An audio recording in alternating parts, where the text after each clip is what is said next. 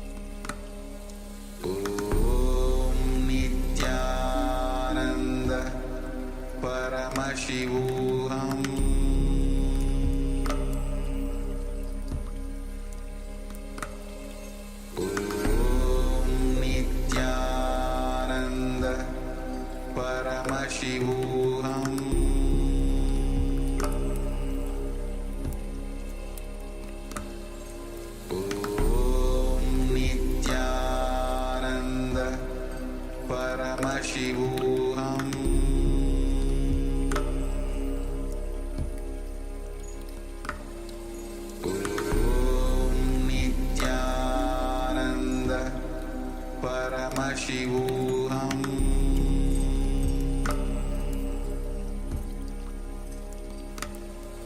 Om Nithyananda Paramashivoham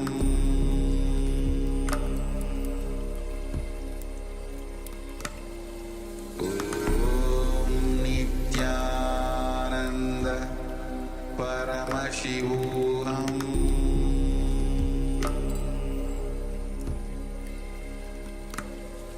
Om Nithyananda Paramashivoham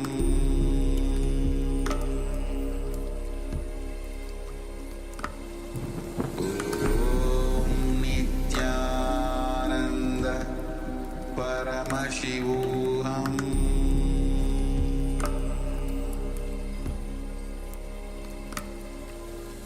Om Nithyananda. All right, you can relax now. And now take a moment and share with us the details of the image that ourselves, the acharyas, have in front of us on our screen. So what was revealed to you in your third eye? So for those of you that have just joined us, we are in the power manifestation segment. The power for today is the power of remote scanning. And for this run, we have asked the participants to scan what the acharya, the image that the acharyas have in front of us, of ourselves, on our screen. So requesting everyone, let us take a moment and share what was revealed to you in your third eye. Yes, even all the participants on the YouTube, you can also start participating. Give your full participation. Come on, you're just watching. Only understand, only when you get engaged, you will start to experience. You will start to cognize. Only you will take step forward. And if you just be a spectator and just leave, you're not going to get close to what Swamiji is giving. So start sharing, start participating. So let's take a moment and start sharing.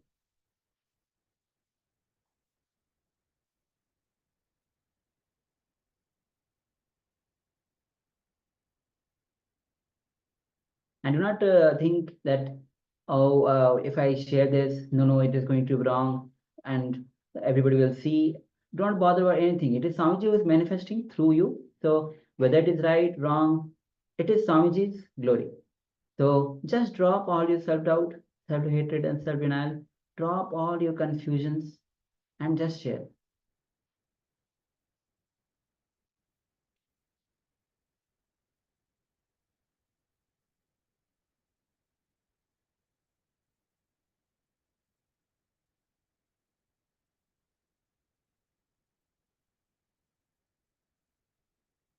All right. So if you're still sharing, please go ahead and share. Meanwhile, we'll be projecting you the image that the acharyas were looking at. As you can see, this is the see a picture with forest, and of course you can see the Buddha in the stone form, in the idol form. You can see the small plants, grasses, trees. Yes, so this is the scene. If you have manifested successfully, congratulate yourself. And every time that you manifest the power, and even if you don't manifest, actually there is nothing as not manifesting. Once you sit with the eyes closed, when you connect with Swamiji, you are manifesting. So there is no thing as not manifesting. So congratulate that you have been given this opportunity to be in oneness with Swamiji and celebrate that. All right. So with this, we'll be moving on with the next session. Yes. So with the next segment, we'll have more revelations from the Supreme Pontiff of Hinduism in terms of the dream body and exploring dreams, questions and answers. And then we'll move on to awakening the innate intelligence in you. So let us get ready. Let's sit comfortable with the head, neck, and spine in a straight line. Bring your full awareness as we hear from the Supreme Pontiff of Hinduism on these truths.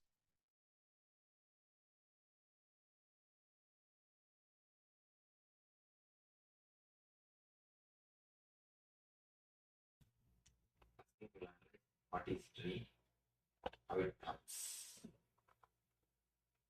Dreams come, different kinds of dreams. How, why, any idea? Dream? That's something that you do every night, probably daytime also. Important. Actually, we do it in the daytime also. It's a bit complicated, but I think from my experience, sometimes if you eat certain foods and you go to bed, you have very strange dreams. Or you observe deeply. Even the food is associated with your dream. Please understand what he said is truth. The certain type of food you will have always the same type of nightmare. That's true. If you just fast for 3 days, some vrata do, you will have a good feast in that dream. You will have the dream. I think dreams come when you have found things that have happened during the day or thoughts that you have had that come alive in your dream. Anybody who has got any insights about their dreams? Why? Any idea? Any special idea about the dreams? You are welcome. Sometimes I fear my dreams and sometimes can't remember them. Yes, I'll answer. Why? Can you say anything about dream? Some of the dreams come, some of the things, like the relations you see tonight, the next day it does happen. Some of them don't have any meaning and they come and go. And, some of the things they say that it is more basically the subconscious thing, and whatever you are thinking about, it will give you your problems are coming in your dreams. And the other people, some of the things I was reading about this is like a parallel world. It does happen. It's true, and sometimes they don't come true. Some of the things they don't come true. So I don't know exactly how to interpret these dreams. I think part of the dream is completely what's happening, and part of the dream is I am confessing. Most of the time, dreams come true. Sometimes I have noticed I play all the characters in my dreams and act out things, but I am everybody that is in the dream, and it is me. And other times, I don't know if I'm just partially awake or I will be in the middle of the dream or sort of something will make me wake up and I will say, oh, well, that's not finished. I need to go back, and I'll go back. I will go back into the dream and start doing it again, but then I forget how it ends because I go into a deeper sleep or something. When you remember, I am only playing the character of all the persons in the dream, you will wake up from the dream. Have you observed? Now let us analyze. Dream is nothing but the expression of whatever you suppress, your suppressed desire and fear. You suppress these two things. Whatever you suppress, when the steam pressure becomes too much, there is a safety valve which automatically opens and steam is released, the pressure is the manageable limit. Same way, if your suppressions are too much, if you suppress the desire and the fear too much, it comes out automatically and gets released. First thing about the dream. Next thing, we are all bothered out to find out right dream or wrong dream. An important thing you need to understand, any dream, if you can remember it with 4 colors, it is not dream, it is a vision. Early morning when you remember, if you can remember in colors, this is very subtle technique. When you see the dream, you will always see only in colors. If you can remember the colors clearly, be very clear, it is something related to vision. It is bringing some message. It is the ray of light from superconscious. It is not dream. If you see any divine personalities, master, God, guru, try to remember. If it is in multicolor, then be very clear it is a vision. But if it is just 2 color or black and white, forget about it. It is nothing to do with vision. It is the usual dream. It is the usual just dream. So, what is the purpose of vision? It teaches you? It can teach you, it can bring you intuition, it can give you more clarity or some information about the incident. Anything it can be. Some person. It comes from our own subconscious? If you can remember with 4 color, it is not from subconscious. It is a ray of light from superconscious. If it is just 2 color, when you remember, then it's a subconscious. What do you mean color? Like if I see you in my dream, I remember your orange robe. Is that one color? Not only orange robe, are you able to remember the other things, colors of the other things? Colors of the other things. Are you able to see? Are you able to remember just like this 4 color? Then it's a vision. If you are not able to see that, then it is dream. That is the. Do the visions always have to make sense? Because I cannot remember right now if they are in color or not. But my dreams don't really make. If it is 4 color, surely it will make sense. If it is not, it will not make sense. It has no sense. What if it is not color at all? Then it's just steam going out. Extra steam is getting, you need to less dream. You need to dream less. It is just actually when the steam is too much, if the too much of suppression is there of fear and the greed, there is an automatic mechanism which opens, automatic safety valve which opens and releases the steam. Automatically you maintain your steam pressure. The automatic safety valve is what we call dream. Is there any significance of seeing death or sometime you dying? There is no other significance except this 4 color and 2 color. No other meaning, interpretation for any dream. Should we just ignore them as. Simply ignore. Because people say when your dreams are falling makes some sense or something like. No, none of them got any sense. People who never dream, they never have a dream, they just sleep and wake up. No, it can never be. Only an enlightened master can be like that. Swamiji, what is the significance in dreams? You said that everybody dreams whether you remember it or not. Remembering and not remembering has no meaning. Remembering 4 color and 2 color, only that has meaning, nothing else has meaning. Because normally people associate that if you can't remember, they say, oh, you slept deep. That's what they say. No. It is not that. Even if you don't sleep deeply and if you are continuously disturbed, you will have the same problem. You will not be able to remember the dreams. What about the sleepwalking? Actually, something to be analyzed. No. Let me explain why you asked like this. When the subtle body enters into the physical body, the sleepwalking, restlessness, even when you are sitting, you will be just taking the legs. All these problems starts happening when the subtle body enters into the physical body as uninvited guest.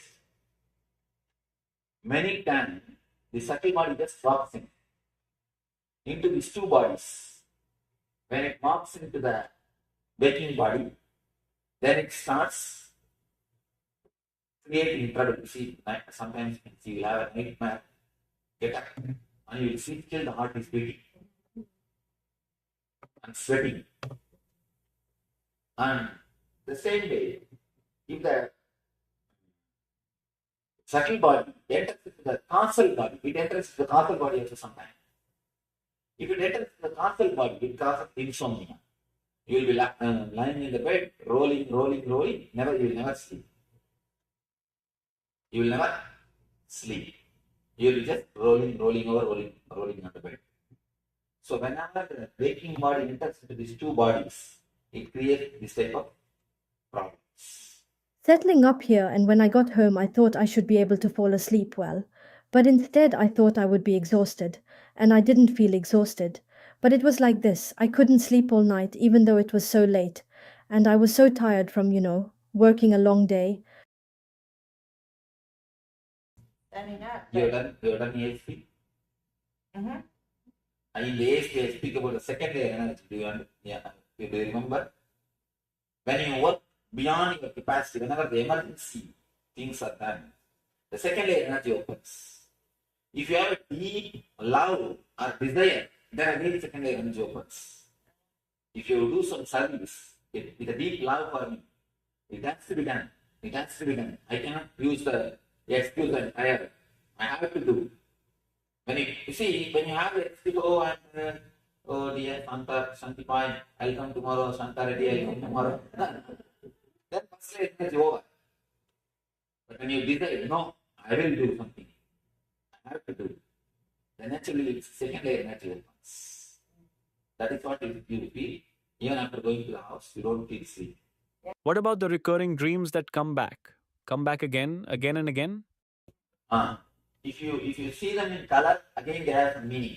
Otherwise, they have no meaning. They have no meaning. Of course, you have to totally release the steam. You should not maintain the steam in the optimum pressure level. You always maintain the steam in the optimum pressure level. Steam means a suppressed desire and fear.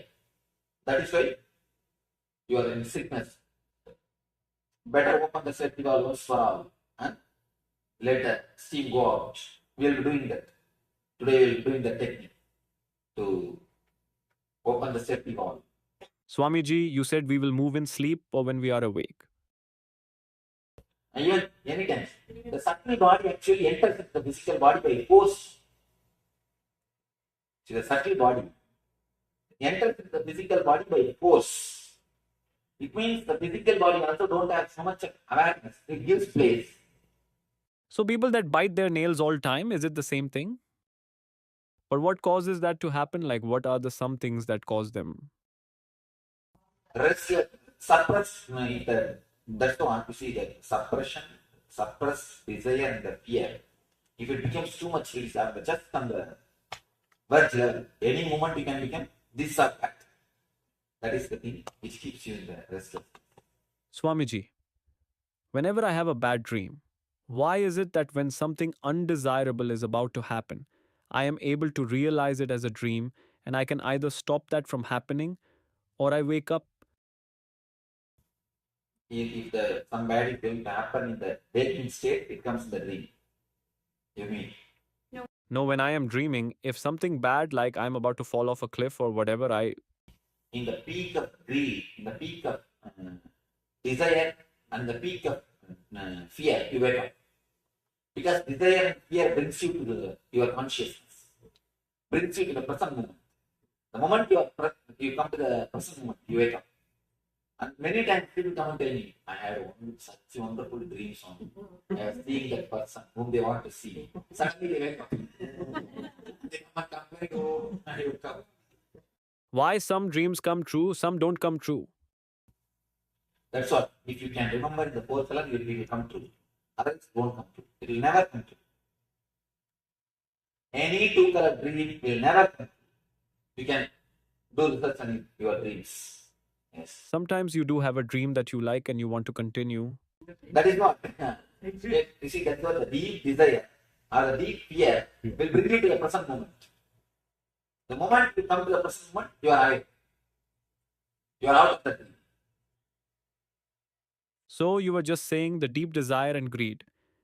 In other words, could you say that whatever it is true, live it to the best, and you say that will bring you back? That is what. When you live totally, your greed comes to maximum. Then you fall in the present moment. You fall in the present moment. You are out for a single moment. You get a glimpse of the higher consciousness. Whenever you fall in the present, you come out. You come out.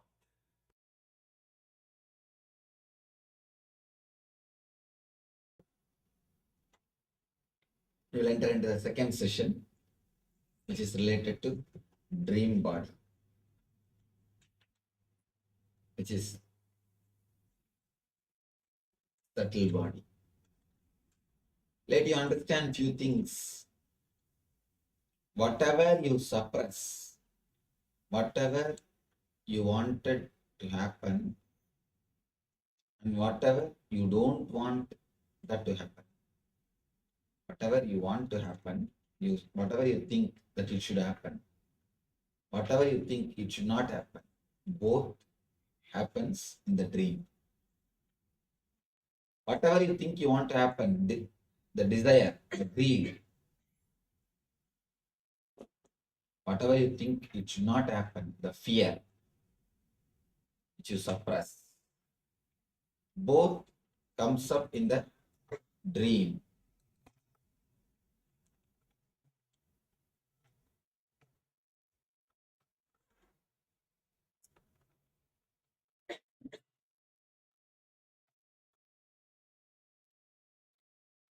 It's like a steam boiler. Your mind is like a steam boiler. Whatever you suppress, if the pressure becomes too much, there is a safety valve. That is what we call dream. You just dream and the pressure comes to normal. The moment when the pressure is normal, no more problem, no more dreams, no more fear. You run your life normally.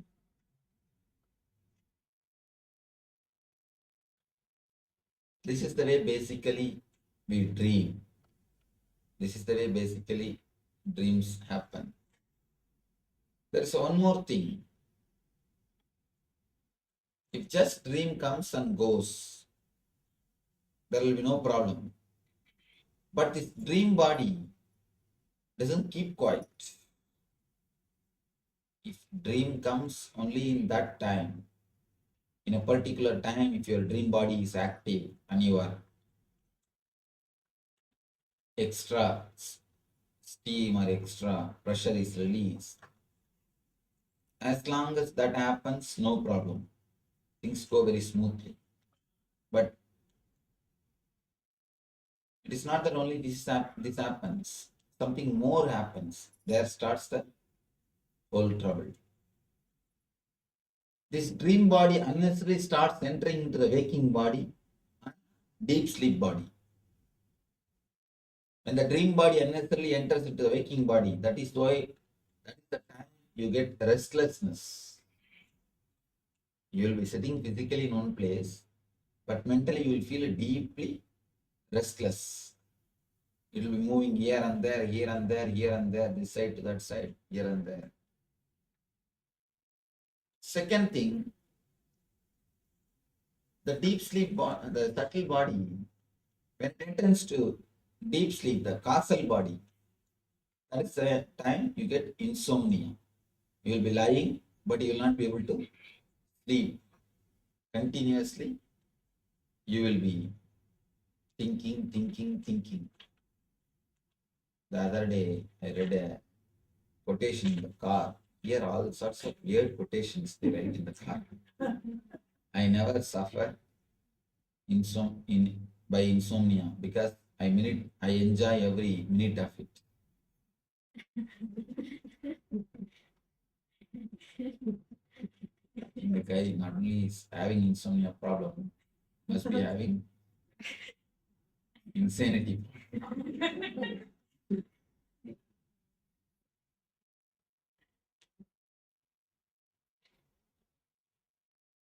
When the dream body enters unnecessarily into the waking body or into the deep sleep body, it creates trouble.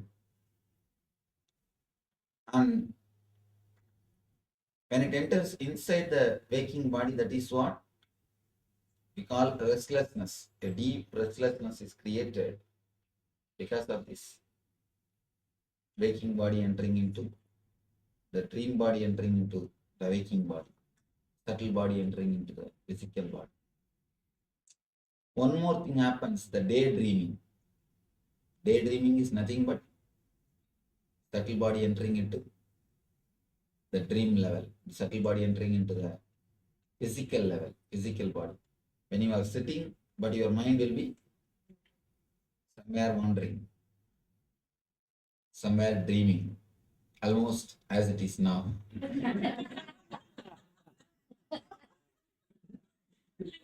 Almost as it is now. Because be very clear, none of us experience the total waking consciousness. If you actually experience a total waking consciousness, even that will lead you to enlightenment. But we never experience a total waking consciousness. We always keep a certain amount of dream body, so that any time enlightenment comes, we can escape. Anytime suddenly super consciousness starts happening, we can escape from it. It's like you keep a continuous shield. Anytime super conscious starts, you start moving towards super conscious, or super consciousness starts moving towards you. You keep that buffer and escape.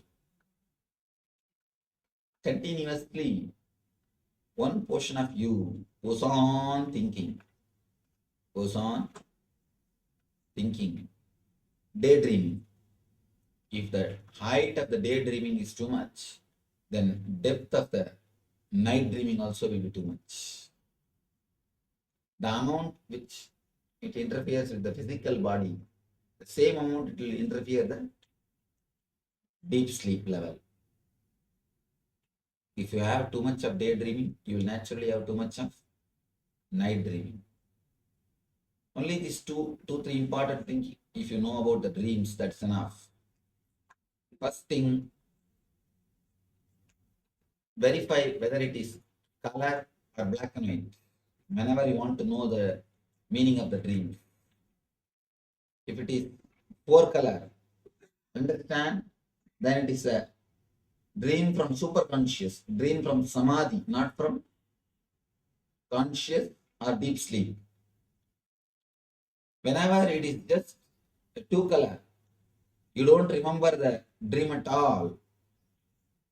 You don't remember anything, just some vague pictures are seen. 2 color, black and white. Then be very clear it is from conscious state, waking state. Whenever it is just words, if you are introvert, you can understand, not even 2 color, just few words will be coming up.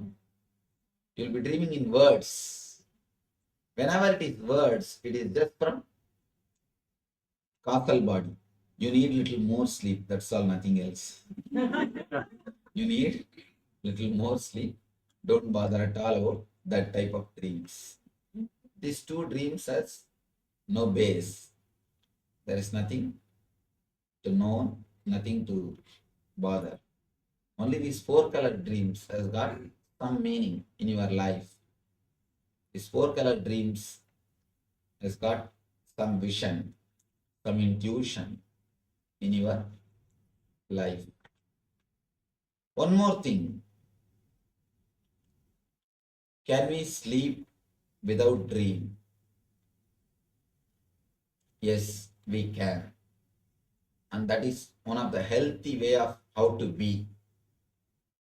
If you can sleep without dreaming, you will have a perfect health, not only physically, even mentally. Or if you can sleep so deeply that early morning you don't remember your dream, again you have perfect health. The more you are out of dream state, the more you have health. If we remove the dream part or the subtle body from our core state, if we can remove the dreams, you will never go through the dream and causal body. You will directly fall into super consciousness. There will be no 3-4 differences in your state at all. In your whole 3 state, there is only one thing. There is only one borderline which creates all these 4 states. An important thing. The 4 state is not created by 2 lines. No, it is created by just one line. It will be difficult to understand because Always mentally, 4 means you need at least 2 lines to create 4 level. Above, center and below, and at least 3 lines you need to create 4 levels. But it will be difficult. But truth, here only 1 line, only 1 portion, when it is inserted, it creates all the 4 level. If you don't have night dreaming, you will not have what is daydreaming, the so-called waking state. And naturally, when you don't have waking state and dream state, you cannot have deep sleep state, because the deep sleep state by the time will become superconscious. It is deep sleep as long as you have a dream and waking state. When these two are not there, what exists is enlightened state only. Automatically, there will not be anything called deep sleep state. Because the difference between the deep sleep and enlightenment is only one thing. The deep sleep, you don't have awareness. In enlightened state, you have awareness. Otherwise, both are one and the same. A small example, it's a mystical truth. When you are in a waking state, your consciousness stays in Agnya Chakra. When you are dreaming, it goes to Vishuddhi. When you are in deep sleep, it goes to Anahata. It just sleeps.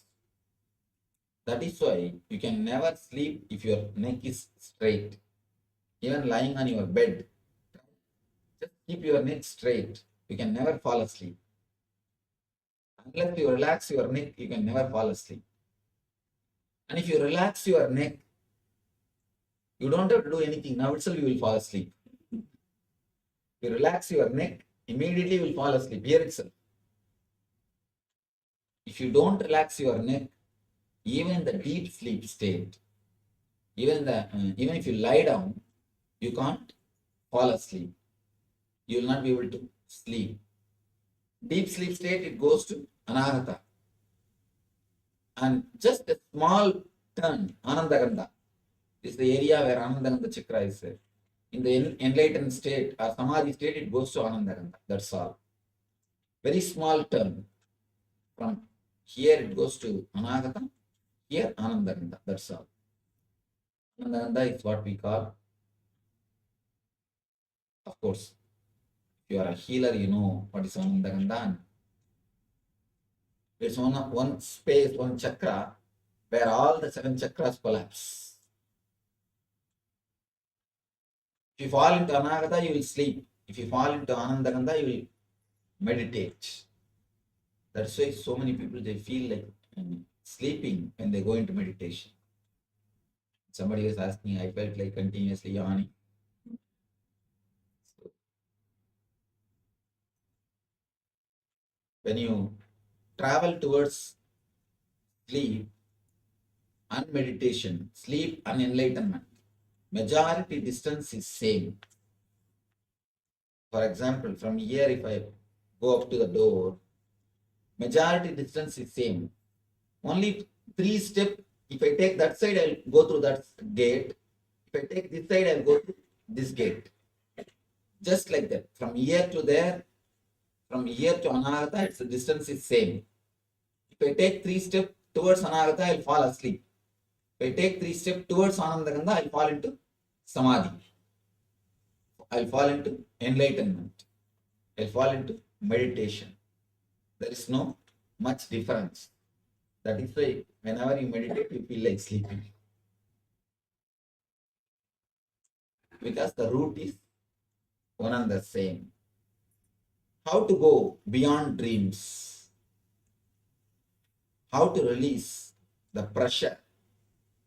How to release the steam pressure of dreams? How you can enter into the state beyond dreams? How you can dissolve the dreams? Before entering into the meditation, some questions which I have not answered.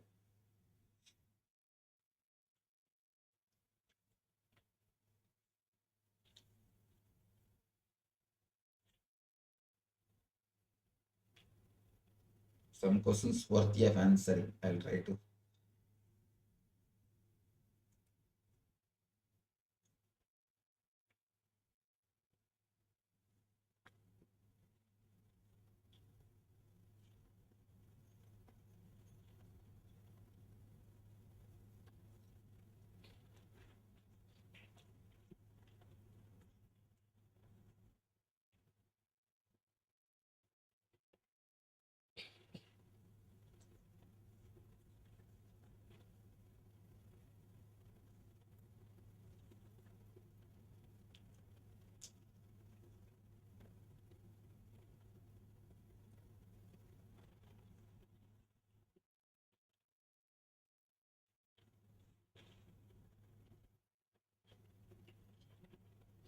My sense of reality is changing. Sometimes I feel I am seeing that life is an illusion, like being in a play, and that everything belongs to me. So just act as God tells. Heart wants to, and it will be wonderful. All is possible. But then I see the mind restarts the delusion of fear. So how to remain longer in that shimmering reality? Even physical objects look different, less dense. Is this reality or a better illusion? See, the moment you feel good, feel wonderful, even if it is reality, why do you bother? Even if it is illusion, why should you bother? When it is joyful, why don't you let it be there? The doubt, is this reality or a better illusion, is the first disturbance. Why? You don't enjoy that state. Second thing, don't try to possess that state. When it happens, relax. Don't have the fear. When it may go away. It may suddenly move, it may go away. Don't bother. Even if it goes, don't worry.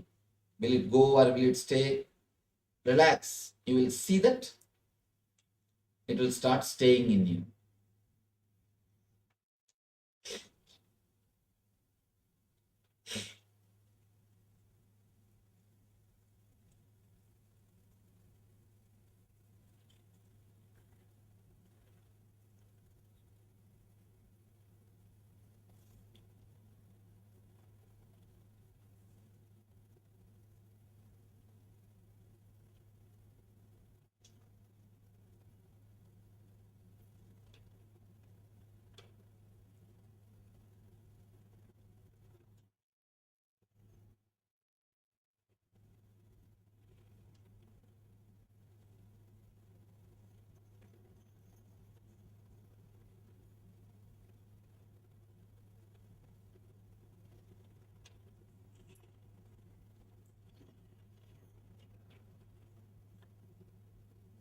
Here are these questions.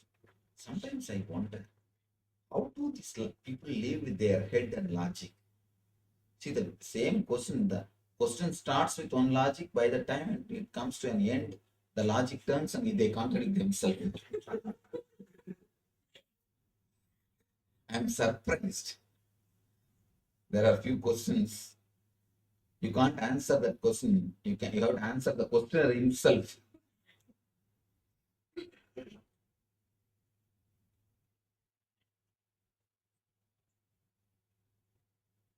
How to realize who I am and why I am here? Ask the next person, he will tell you. This question has to be asked to you, to yourself, who am I? Not to somebody else.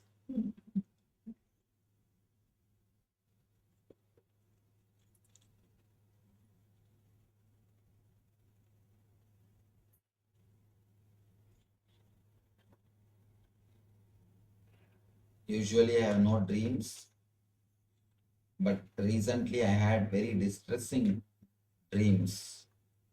How do I find out why? There is no need to find out why.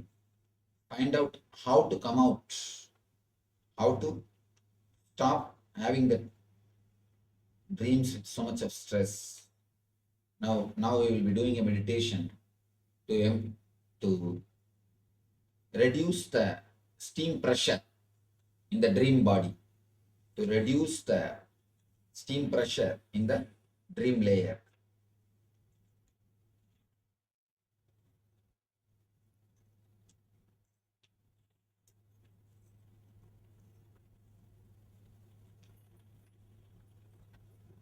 Is a deep fear cause for repetitive dreams of animals biting me?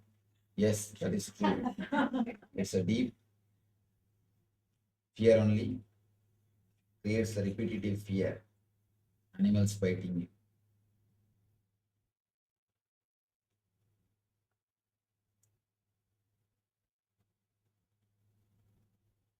If vision can guide us, what will guide people who does not identify it, does not get vision? How can they identify what they need to do next? Either God has to guide them or their wives will be guiding them. Don't get it. In my dream, I always enjoy myself, no worrying at all. Is it good or bad? It is good. It means you wanted always to not to worry about anything, but your conscious mind continuously creates some worry. There is no need unnecessarily to worry. At least in that state, let you be without worries.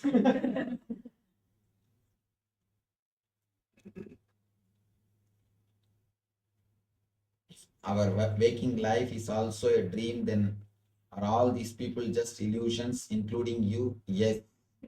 It is 4 colors. Where she says, no, illusions. It is not in illusion. 2 color, 4 color problem is not there. It can be 4 color and illusion. It can be not only 4 color. According to you, you know only 4 dimensions.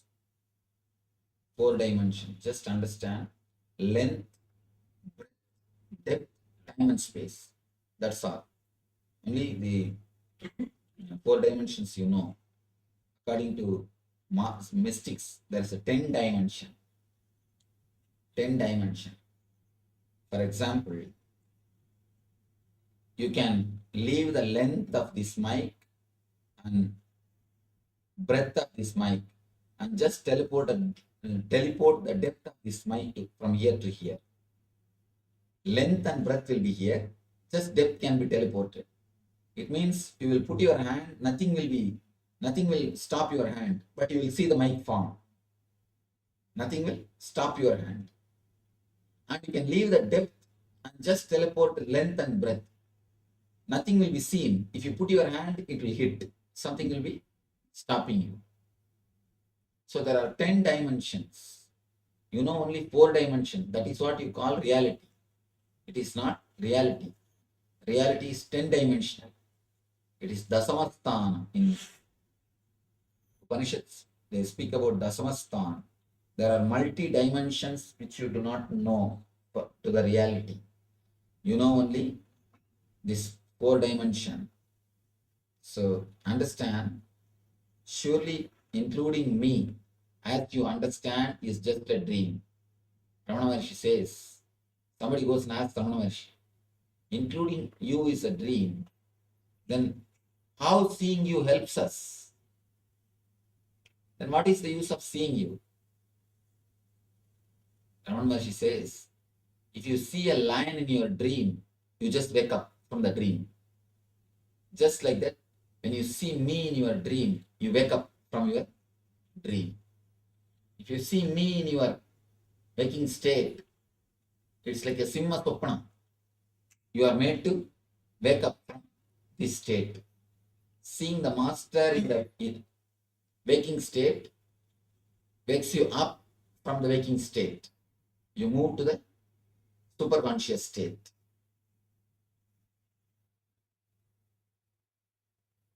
Ramana Maharshi never had dreams. Can you remember any of your other lives? And can you tell us about them? I've already spoken about my past life. There's a book coming, Echoes from Laughing Temple.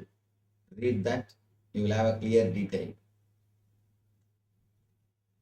Is it important to be vegetarian? It will help your growth. Can a human be reborn as an animal? These are all I have answered in common questions to uncommon answers to common question. If the future can be seen, how can it be changed? If one person sees the future and then another changes it, then the first person did not see the future correctly.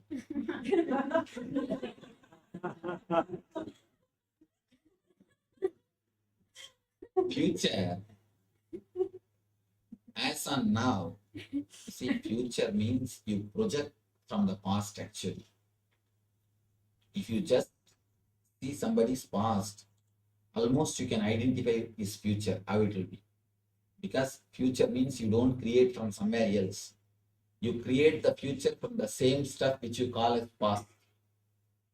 That's why you create the same rut, undergo the same trouble, same thing. Nothing much will be different. Only when a master interferes in your life, he changes the whole thing. So if you go to an ordinary person, when he predicts only the real future. But when a master comes, he just changes it. It is like a time shaft. If you go to an ordinary guy who does prediction, he sees the time shaft, what is printed, and he says. And if you suddenly meet a master, and if he erases, how can the person who predicts can be responsible? So he is not responsible for it. Can drugs be useful for a spiritual person? No way it can be useful. It can only be harmful. Can sex be useful? It can be used when it is used with the proper tantric techniques. But as on now, it's very difficult to get a proper tantric techniques. All the tantric techniques available now, and all the tantric masters at least available now, are like astrologers. Astrology is great shastra, but astrologers are, just like the tantra is a great shastra, but the tantrics have spoiled it. Can you see auras? Do you see unusual things? I can see auras, but I don't see unusual things. I see usual things. You see actually unusual things. You see unusual things. I see only the usual things.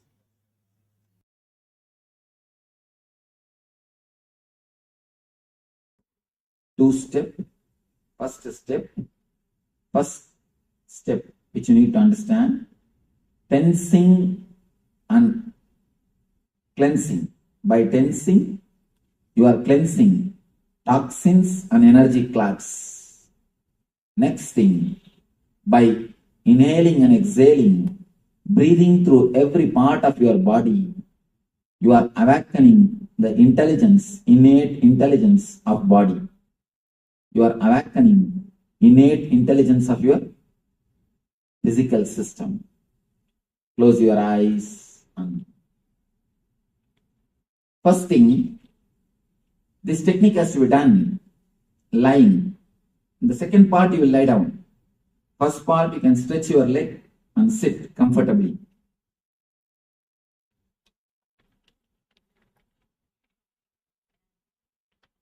Make enough space to lie down. Yes.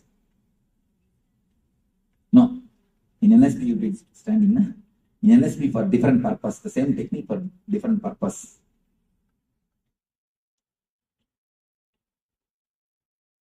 Yes, please tie the ribbon. Now she can sit on the chair itself.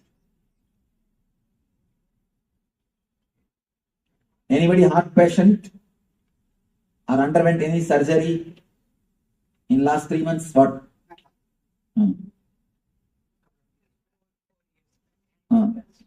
Angioplasty. All right. Only in that region, do it a little less. Please tie the ribbon. You are requested to tie the ribbon so that you will not look in between the meditation.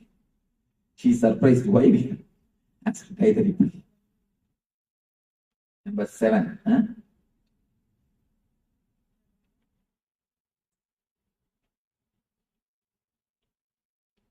Can I know your name? Number 7.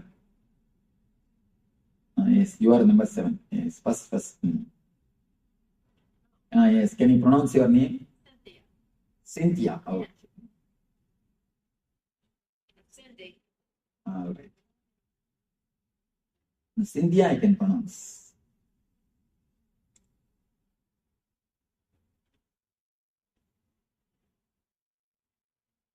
Stretch your legs out.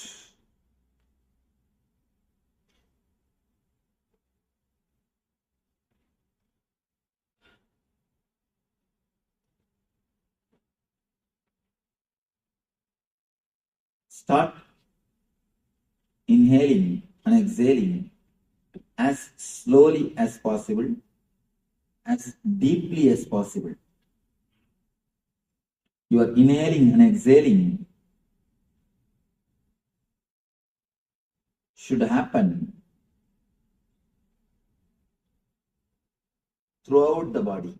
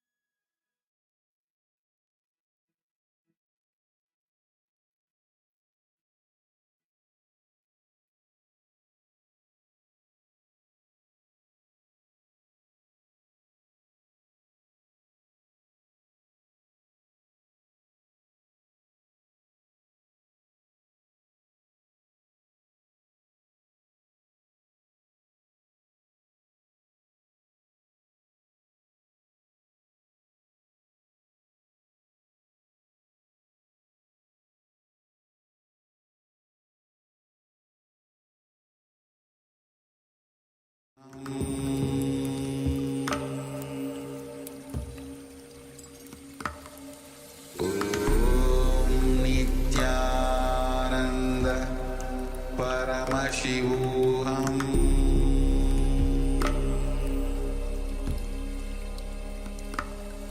ॐ नित्यानन्द परमशिवोऽहम्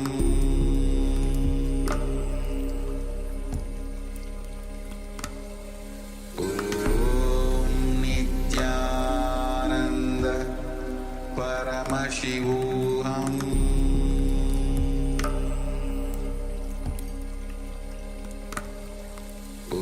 Om Nithyananda Paramashivoham Om Nithyananda Paramashivoham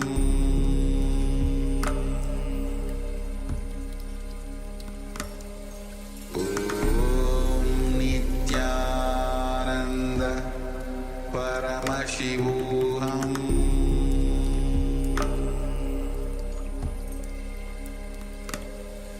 Om Nithyananda Paramashivoham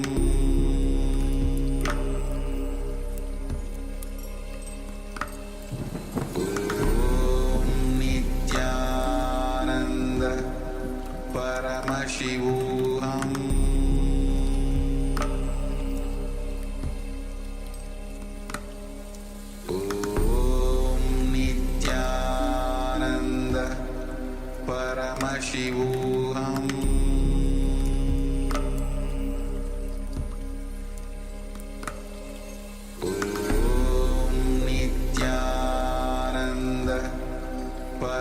Paramashivoham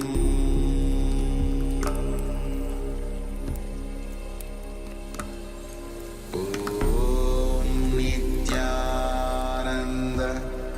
Paramashivoham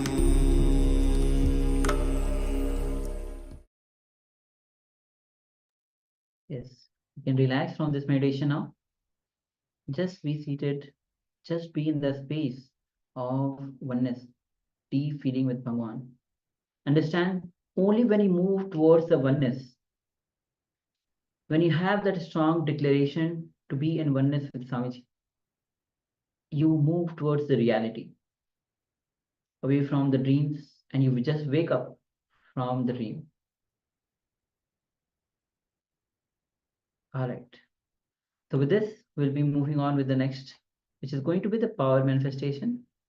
And again, in this round, the acharyas will be looking at the image, and you'll be manifesting the power of remote scanning.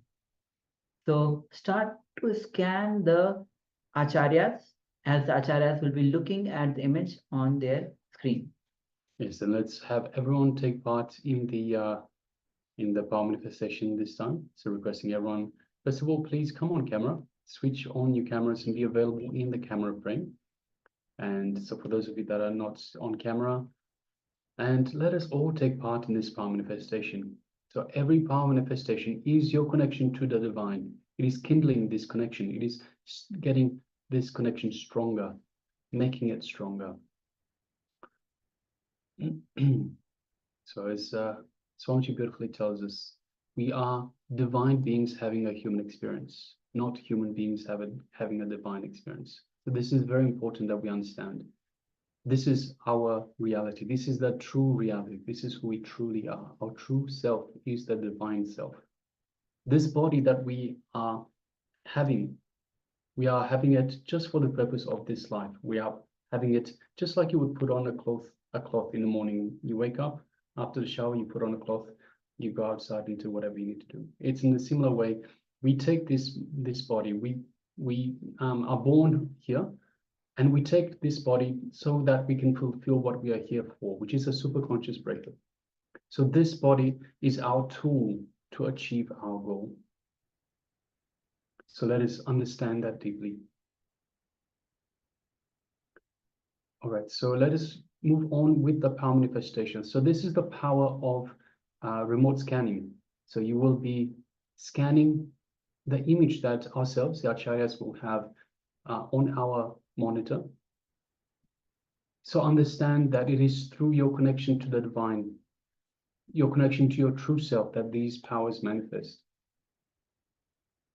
So let us sit comfortably with the head, neck, and spine in a straight line. And let us bring our awareness to our inner space, our Ananda Gandha, which is just below the heart center. And let us visualize Swamiji, let us remember Swamiji in our inner space. So what is the difference between visualizing and remembering? Visualizing is just seeing Swamiji in our inner space. Remembering is recalling everything that Swamiji is, everything Swamiji represents, everything Swamiji means to you in your inner space. The full essence that is the Master. Remembering all of that in your inner space connects you to your true self, the divine self.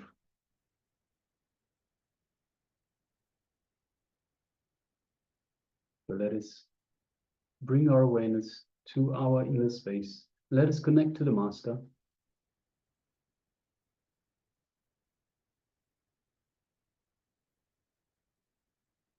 And feel the space of oneness with the Master. Because we are Paramashiva. There is no other. There is only Paramashiva. To feel that space of oneness in your inner space. Oneness with the Master. Oneness with Paramashiva, the ultimate superconsciousness. The ultimate divine. Just take a moment and feel that space of oneness. Feel one with Swamiji. Feel one with the divine in your inner space, your Ananda Gandha, just below the heart center.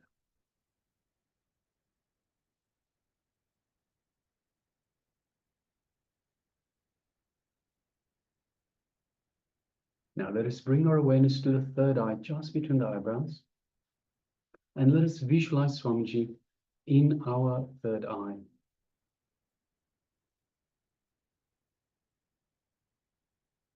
Let us gently look through the third eye, keeping the two physical eyes closed, gazing through the third eye into Swamiji's third eye.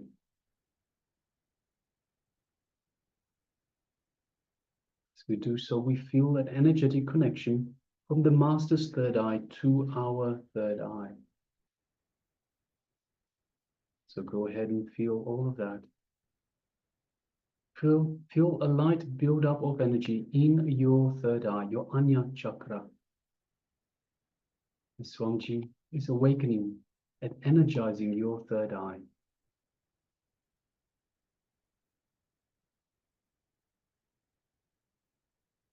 Now let us start chanting the Mahavakya to further connect to the Master. Om Nithyananda Paramashivoham. Om Nithyananda Paramashivoham. Om Nithyananda Paramashivoham. Let's continue chanting this Mahavakya throughout the power manifestation. And from the space of oneness with Swamiji, and keeping your awareness in your third eye, let us now start manifesting this power of remote scanning, scanning the image the Acharyas are having on their screen. Let us begin. Nithyananda Paramashivoham.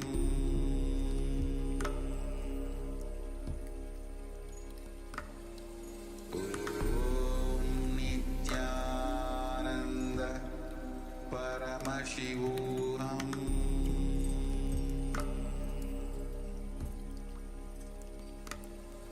Om Nithyananda Paramashivoham.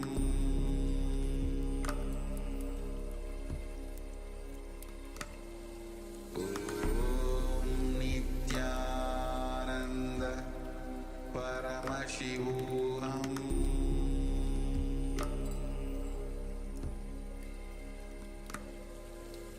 Om Nithyananda Paramashivoham. Nithyananda Paramashivoham.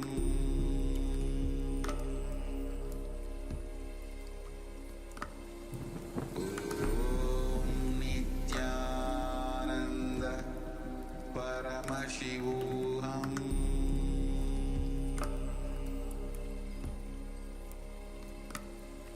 Om Nithyananda Paramashivoham.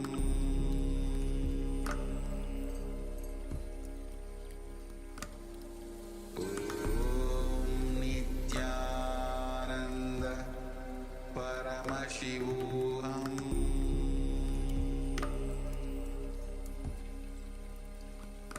Om Nithyananda Paramashivoham.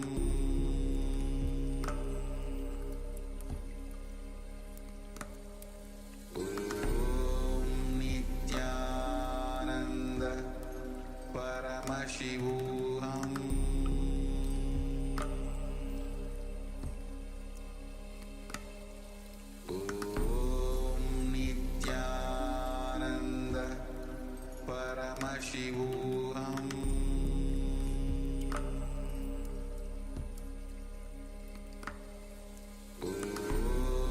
Nithyananda Paramashivoham.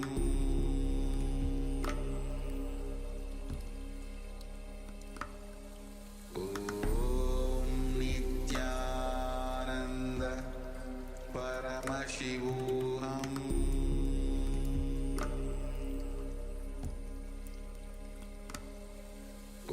Om Nithyananda Paramashivoham.